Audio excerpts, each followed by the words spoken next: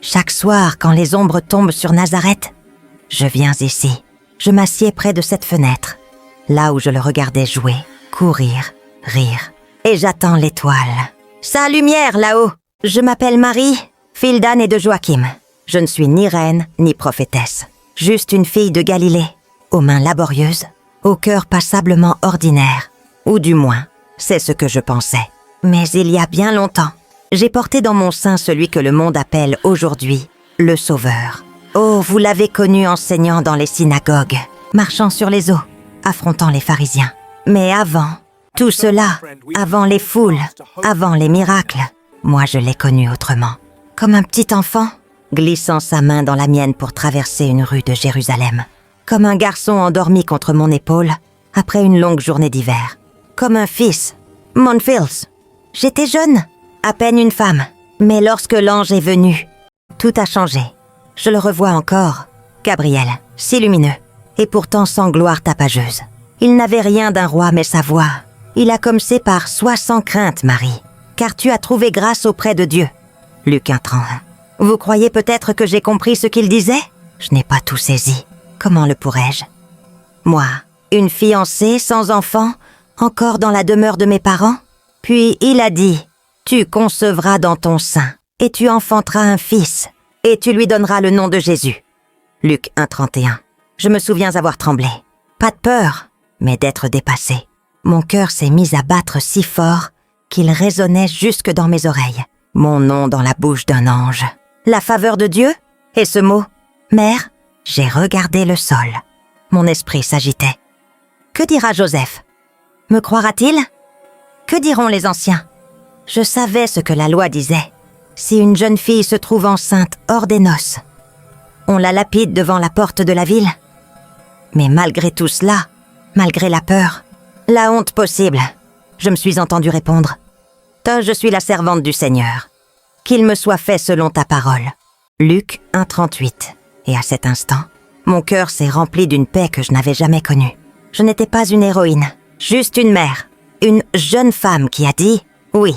Un oui qui m'a fait quitter Nazareth, fuir en Égypte. Un oui qui m'a donné les plus douces joies et les douleurs les plus profondes. Vous me voyez aujourd'hui, une grand-mère.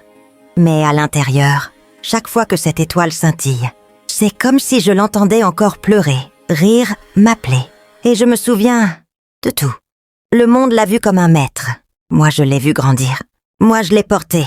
Et ce que je m'apprête à vous raconter, c'est mon témoignage. Pas celui d'une sainte lointaine, mais d'une femme simple. Une mère. C'est là que tout commence. Pas dans les palais, mais dans le cœur d'une jeune fille de Galilée. Et dans la volonté d'un Dieu qui choisit le faible pour accomplir l'infini. C'était un jour ordinaire, jusqu'à ce que l'Éternel m'appelle par mon nom. Il faisait froid cette nuit-là, un froid sec, dur, qui s'insinue jusqu'aux os. Et pourtant, mon cœur brûlait. Pas d'inquiétude, ni d'angoisse, non. Quelque chose de plus profond, une attente sacrée. Il était presque l'heure. Mon corps le savait, mon âme aussi. Mais autour de nous, rien n'annonçait la naissance d'un roi, du plus grand roi de l'univers. Nous avions marché si longtemps. Chaque pierre du chemin m'avait semblé un poids. J'étais enceinte, très enceinte, et chaque pas était une épreuve. Joseph, fidèle et attentionné, m'aidait du mieux qu'il pouvait. Il m'offrait son bras pour m'équilibrer, et ses regards calmes valaient 1000 paroles. Pourtant, Bethléem, sa ville d'origine, ne nous attendait pas à bras ouverts. On n'a trouvé nulle part où loger. Luc 2:7. Il voyait une jeune femme épuisée, un artisan venu de loin. Rien d'extraordinaire. Aucun hôte ne voulait de nous. Un homme, un berger eut pitié. Il nous indiqua un endroit, simple, rustique, une étable. L'odeur des animaux y était forte. Il y avait de la paille, des ombres, et ce silence rugueux des lieux oubliés. Mais à l'instant où nous avons franchi la porte, mon cœur s'est apaisé. Non pas parce que l'endroit était beau, mais parce que je sentais que c'était là. C'était ici que le ciel allait s'ouvrir. Et puis, il est venu, doucement, sans bruit. Le roi est né dans le calme. Le souffle arrêté, j'ai reçu sa petite vie dans mes bras. Il était si petit, si fragile. Ses yeux se sont ouverts. Il a respiré l'air froid du monde. Et m'a regardé, Luc 2:7. Aucun drap de lin, aucun lit digne d'un roi. Seulement un peu de tissu, et la paille, une mangeoire pour trône. Je posais sa chair sur la paille. Il me regarda. Moi, je voyais un nourrisson. Dans mes bras, il tremblait comme tout enfant. Mais autour de nous, je sentais une paix indescriptible, comme si le ciel retenait son souffle. Mon Dieu, tu m'avais promis. Et voici, ta parole était devenue chère. John 1:14-19. Peu après, les premiers visiteurs sont arrivés. C'étaient de simples bergers, des hommes rudes, vêtus de peau, sentant la laine, le vent, les collines. Mais leurs yeux brillaient comme si le ciel les avait touchés. Ils parlaient d'anges, d'un chant dans la nuit, d'une lumière couvrant les cieux. Luke 2:14. Moi, je les écoutais, silencieuse. Ils s'agenouillèrent devant cet enfant qui ne parlait pas encore. Et pourtant, ils semblaient l'entendre. Joseph, ému, posait les mains sur leurs épaules, comme pour les remercier. Puis, plus tard dans la nuit, des hommes venus de très loin sont arrivés, majestueux. Leurs vêtements étaient colorés, leurs cadeaux précieux. Ils parlaient peu, mais leur regard en disait long. Ils savaient que l'étoile les avait guidés jusqu'à un roi. Où est le roi des Juifs qui vient de naître? Matthieu 2:2. Ils déposèrent l'or, l'encens et la myrrhe aux pieds de l'enfant. Et moi, assise dans la paille, je regardais tout cela comme un rêve éveillé. Mais la paix de cette nuit n'a pas duré. Une voix, celle de Joseph, me réveilla d'un murmure pressé. Il venait de recevoir un songe, un avertissement. On devait fuir en Égypte, car Hérode cherche l'enfant pour le faire mourir. Matthieu 2:13. Mon cœur s'est figé. L'ombre de la peur s'est imposée. Le monde voulait déjà le détruire. Lui, à peine né, nous avons tout préparé en silence. Il fallait fuir, échapper, protéger. Quand je l'ai de nouveau porté contre moi, serré contre ma poitrine, j'ai compris que cette paix, cette joie, serait toujours mêlée d'épreuves. Nous avons marché, sans savoir jusqu'où cela nous mènerait. On n'a pas choisi l'exil. Elle nous est tombée dessus comme une nuit sans lune. Moi, j'étais jeune mère, mon fils tout juste né, et déjà il fallait fuir, loin, vite. La nuit était froide, l'air chargé d'une peur que ni Joseph ni moi n'osions nommer. Jésus dormait contre mon sein, si petit, si fragile. Et pourtant, c'est moi qui avais besoin de réconfort. Je regardais la route disparaître sous nos pas, et je me demandais, est-ce que je suis en train de sauver mon enfant ou de le conduire à un autre danger encore plus grand? La peur m'accompagnait. Elle s'insinuait partout, dans les recoins du silence, dans l'ombre des collines, dans chaque bruit suspect. Parfois, je m'éveillais en sursaut, le cœur battant, croyant entendre les sabots des soldats d'Hérode derrière nous. Les nuits en Égypte furent si longues, étranges, inconfortables. Nous dormions sur des paillasses rudes, sous des toits que nous ne connaissions pas, dans un pays qui n'était pas le nôtre. Je me souviens, couché dans l'obscurité, les yeux ouverts, bercé par le souffle paisible de Joseph et par les pleurs de mon fils. Des pleurs d'enfant comme tant d'autres. Et pourtant, ce petit pleur léger, c'était le cri du sauveur du monde. On fuyait un roi cruel, mais je portais le roi éternel. Quel étrange paradoxe. Un roi enveloppé de l'ange, dormant dans les bras d'une femme simple. Un Dieu fragile, une fois mis à l'épreuve. Chaque jour, Joseph a trouvé quelques travaux de menuiserie, assez pour que l'on survive. Parfois, il me regardait avec tendresse et dans ses yeux, je voyais sa fatigue. Mais aussi sa fidélité. Il avait choisi d'être là, même sans tout comprendre. Nous ne parlions pas souvent de l'avenir, mais chaque jour passé ensemble était un acte de foi. Un jour, une nouvelle est arrivée. Le roi Hérode était mort. Cette menace qui avait dicté chacun de nos pas n'avait plus de pouvoir. Il était temps de rentrer. Retour à Nazareth. Retour à la simplicité, au silence d'un village, aux ruelles familières et aux regards discrets. Là-bas, il a appris à marcher. Ses premiers pas, hésitants, maladroits, mais porté par une confiance sans faille. Il tombait, mais toujours, il se relevait avec un petit sourire. Et jour après jour, il a grandi. Luke 2:40. Dans cette maison, entre les copeaux de bois et les moutons du voisin, il a appris ses premiers mots. Il a cueilli ses premières figues. Il a ri. C'était une vie simple, mais une vie bénie. Derrière chaque sourire, il y avait une promesse. Et au fond de moi, je sentais que ce calme n'était qu'une trêve. Mais pour l'instant, je voulais juste être sa mère, lui tenir la main, lui raconter une histoire le soir, l'embrasser avant qu'il ne s'endorme, car le jour viendrait où il n'aurait plus besoin de moi. Il avait ce regard, même tout petit, avant même de parler, ses yeux me transperçaient, comme s'il comprenait des choses que les autres enfants ne voyaient pas. Parfois, je le trouvais assis seul, dans le jardin, sous le figuier.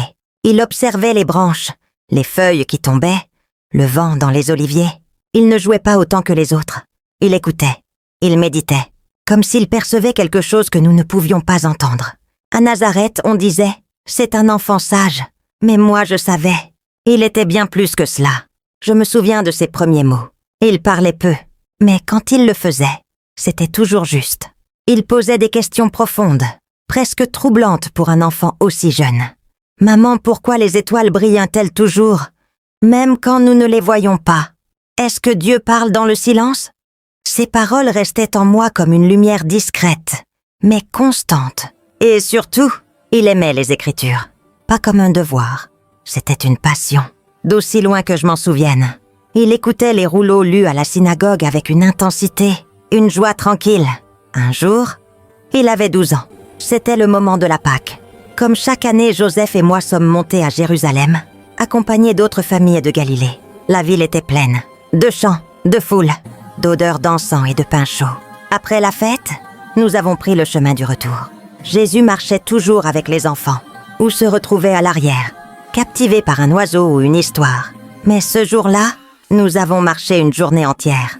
Et seulement alors, dans la confusion des groupes, je me suis tournée vers Joseph. « Tu l'as vu, Jésus ?» Il m'a répondu « Non, je pensais qu'il était avec toi. » Mon cœur s'est arrêté. Nous avons laissé nos affaires et nous avons couru. Toute la nuit, nous avons cherché partout. 3 jours de larmes. 3 jours à fouiller les rues, à interroger les marchands, les amis, les pèlerins. Rien. Jésus, c'est pas bien. On fait pas ça. Le 3e jour, poussé par l'espoir, ou peut-être par l'esprit, nous sommes allés au temple. Là, assis parmi les docteurs de la loi. Mon petit garçon, on lui posait des questions. Il répondait. Les hommes aux longues barbes, au visage sérieux, l'écoutaient, émerveillés, silencieux. Il n'avait que 12 ans, mais ses paroles avaient un poids, un parfum de vérité. Je me suis jetée vers lui. « Jésus, pourquoi nous as-tu fait cela? Ton père et moi, nous te cherchions, anxieux. » Il m'a regardé, toujours ce regard, et il a dit doucement, sans colère, « Pourquoi me cherchiez-vous? Ne saviez-vous pas qu'il faut que je m'occupe des affaires de mon père? » Luke 2:49. Ces paroles, je les entends encore, même aujourd'hui. Les affaires de mon père? Je l'ai serré contre moi. Je ne voulais pas le lâcher. Mais ce jour-là, j'ai compris quelque chose. Quelque chose que tout cœur de mère redoute. Que cet enfant n'était pas le mien. Mon travail était juste de prendre soin de lui. Il était à Dieu. Mon esprit ne le comprenait pas encore entièrement. Mais mon cœur sentait déjà l'appel du ciel sur sa vie. À cet instant-là, j'ai commencé à apprendre ce qu'était le véritable abandon. Le oui que j'avais donné il y a des années. Je devais encore l'offrir. Encore et encore. Nous sommes repartis à Nazareth. Il m'obéissait. Il restait avec nous. Mais je savais, le ciel grandissait en lui. Et bientôt il le rejoindrait. Le temps passa, et la maison se fit plus silencieuse. Un jour il partit, pas pour fuir, mais pour se préparer. Je ne savais pas encore ce que ce voyage annoncerait. Encore une fois, je l'ai perdu dans un désert. Mais cette fois, ce n'était pas mes bras qu'il quittait. C'était ma vie. Après être allé voir son cousin Jean au Jourdain, il revint m'annoncer qu'il devait partir, seul. Pas pour quelques heures, ni quelques jours. 40 jours, seul avec Dieu, seul avec lui-même. Luke 4:22. Je l'avais déjà perdu une première fois. Il n'avait que 12 ans alors. Et je l'avais cherché 3 jours entiers dans Jérusalem. Je me souviens encore de ces mots. Ne saviez-vous pas qu'il me faut m'occuper des affaires de mon père? Luke 2:49. Je n'avais pas compris. Pas encore. Mais cette fois-ci, je ne l'ai même pas cherché. Je l'ai regardé partir. Et j'ai prié, et j'ai pleuré, silencieusement, car ce n'était plus seulement mon fils. Il devenait le Messie. Puis tout a changé. Des gens affluaient de partout, de Galilée, de Judée, des confins de la mer. Tous attirés par lui. Mon doux enfant, Jésus, accomplissait les promesses des prophètes. Il parlait avec autorité. Il aimait avec puissance. Les boiteux marchaient, les aveugles voyaient, et les cœurs brisés respiraient à nouveau. Et moi? Je restais là, dans l'ombre. Ce n'était pas une amertume. Non, c'était une acceptation. Une paix mêlée de nostalgie. Il devenait celui que Dieu voulait qu'il soit. Et pour cela, il s'éloignait doucement de moi. Il ne rentrait plus à la maison. Notre table de Nazareth restait dressée, vide de son rire. Un jour, nous avons été invités à un mariage. C'était un mariage à Cana. La joie battait fort, jusqu'à ce que le vin cesse de couler. Je savais, mon fils pouvait intervenir. Je l'avais vu prier. J'avais entendu son silence. Alors, je me suis approchée, et je lui ai simplement dit « Ils n'ont plus de vin. Femme, qu'y a-t-il entre moi et toi? Mon heure n'est pas encore venue. » Jean 2,4. Il m'a dit « Femme !» et non plus « maman ». Je n'étais plus ça, il m'a adorée. Ça veut dire maman en hébreu. J'étais juste une femme. Ce jour-là, j'ai compris que ma mission à moi était accomplie. Je n'étais plus celle qu'il portait dans mes bras. J'étais celle qui regardait et qui gardait tout dans son cœur. Faites tout ce qu'il vous dira. Jean 2,5. Ce jour-là, le monde a commencé à comprendre ce que mon cœur savait en silence depuis longtemps. Il n'était pas venu pour nous faciliter la vie. Il était venu pour accomplir la volonté du Père. Et cette route ne serait ni simple, ni courte. Mais moi, j'étais là, en retrait, discrète, présente. Il avançait vers son heure, celle qu'il avait annoncée, et que moi je redoutais chaque jour un peu plus. Le miracle de Cana n'était que le début, le commencement d'un chemin qu'il avait choisi, et que je devais moi aussi apprendre à suivre, à distance. Une mère, à la croisée des promesses. Mais malgré tout cela, il y a des douleurs que même le silence ne peut porter. J'ai enfanté la vie, et j'ai vu la mort le prendre. Il était mon fils, il était le fils. Tout s'est accéléré, les murmures, la haine, l'arrestation en pleine nuit, comme celle d'un criminel. Pourtant, il était là avec eux, de jour comme de nuit. Jamais ils n'ont osé mettre la main sur lui. Ses mains, celles qui avaient touché les lépreux, guéri les blessés et ressuscité les morts, furent liées. Matthieu 27,2. Ses lèvres, pleines de miséricorde, furent giflées. Lui qui commandait au vent fut condamné au silence. Et moi, je ne pouvais rien faire. Rien. J'ai prié, pleuré, supplié Dieu, celui-là même qui l'avait envoyé. Silence Radio. Puis il est apparu, portant cette lourde croix de bois rugueux, le dos meurtri par les fouets. Chaque pas résonnait comme un coup dans mon propre cœur. Mon cœur était en lambeaux de le voir ainsi. Il était là. Et pourtant le peuple criait contre lui. Et soudain, nos regards se sont croisés. Ses yeux, ils n'étaient ni dans la peur, ni dans la colère. Il me regardait comme un fils regarde une mère, et comme un agneau regarde son berger, avant le sacrifice. Et j'ai compris, il savait. Et moi, je ne pouvais rien dire. Le chemin vers le calvaire était long, trop long pour une mère. John 19:17. Le bois lui écrasait les épaules. Sa respiration était lourde. À chaque chute, j'espérais qu'on l'épargnerait. Mais il le relevait, pour qu'il continue. Simon de Cyrène l'aidait, mais le poids, ce n'était pas que celui du bois. C'était celui du monde, de nos fautes. Ésaïe 53:4. Je croyais tout avoir traversé. Mais rien ne m'avait préparé à ce cri muet. Quand ils ont étendu ses bras sur le bois, mon cœur s'est brisé. Le premier clou, un hurlement dans ma poitrine. Le second, je n'ai pas détourné les yeux. J'étais sa mère. Et puis, le silence. Il ne disait rien. Aucun mot contre ses bourreaux. Pas un cri. Ésaïe 53:7. Et moi je criais à l'intérieur. Tout mon être hurlait. Car celui que j'avais nourri de mes bras était suspendu entre ciel et terre, pendu à un bois, accroché par des clous. Le soleil s'était retiré. Même la lumière refusait d'éclairer pareil moment. Je suis restée là, debout, sans larmes, car elle m'avait quitté. Et puis, j'ai entendu sa voix. Tout est accompli. Jean 19:30. Une phrase, une déclaration, un cri d'amour, un cri de victoire, un trophée qu'il remportait par la mort. Ce n'était pas une fin. C'était un sommet, l'aboutissement de toutes les prophéties. Oui, il avait fait ce que le Père attendait de lui. Jusqu'au bout. Et moi, je l'ai suivi jusqu'au dernier souffle. À cet instant, en ce jour plus sombre que toutes les nuits, je savais que quelque chose avait été scellé. Pas seulement la mort, mais l'espérance. Une promesse qui attendait encore d'éclore. Le 3e jour, je n'étais pas allée au tombeau. Je n'en avais pas la force. Je restais là, dans cette maison de Jérusalem, la tête inclinée, les mains liées, comme si la tristesse me clouait moi aussi. Et puis, ce fut comme un coup de vent dans une pièce close. Une jeune femme est entrée en courant. C'était Marie de Magdala. Son visage était pâle, mais ses yeux brillaient. Elle haletait. Elle répétait « Le tombeau est vide. » Le corps, il n'y est plus. Alors mon cœur a bondi dans ma poitrine. Pour croire, Il faut espérer. Mais toute mon espérance était ensevelie avec lui. Une voix en moi murmurait « C'est impossible !» Et une autre, plus ancienne, plus profonde. « Souviens-toi de ce qu'il a dit. Souviens-toi des prophéties. Il m'avait annoncé sa mort et sa résurrection. Détruisez ce temple, et en 3 jours je le relèverai. » John 2:19. Mais j'avais pensé qu'il parlait du temple de Pierre, pas de son propre corps brisé. Et pourtant, les prophètes le savaient. Ils avaient parlé de celui qui ne verrait pas la corruption, le Saint de Dieu. David l'a chanté. « Car tu n'abandonneras pas mon âme dans le séjour des morts.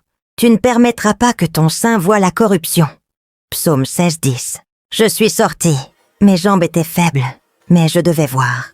Quand j'ai atteint le jardin proche du lieu du tombeau, des bruits de pas, des gens qui couraient, des voix confondues. Puis Jean m'a dit « Marie, le linceul est encore là, mais il n'y a plus de corps. Il est vide, comme il l'avait dit. Et là, dans mon cœur, quelque chose s'est déplacé. Non, on ne l'avait pas enlevé. Il s'était levé. Il vivait. Il m'était enlevé, mais non perdu. On ne perd pas ce qui vit pour toujours.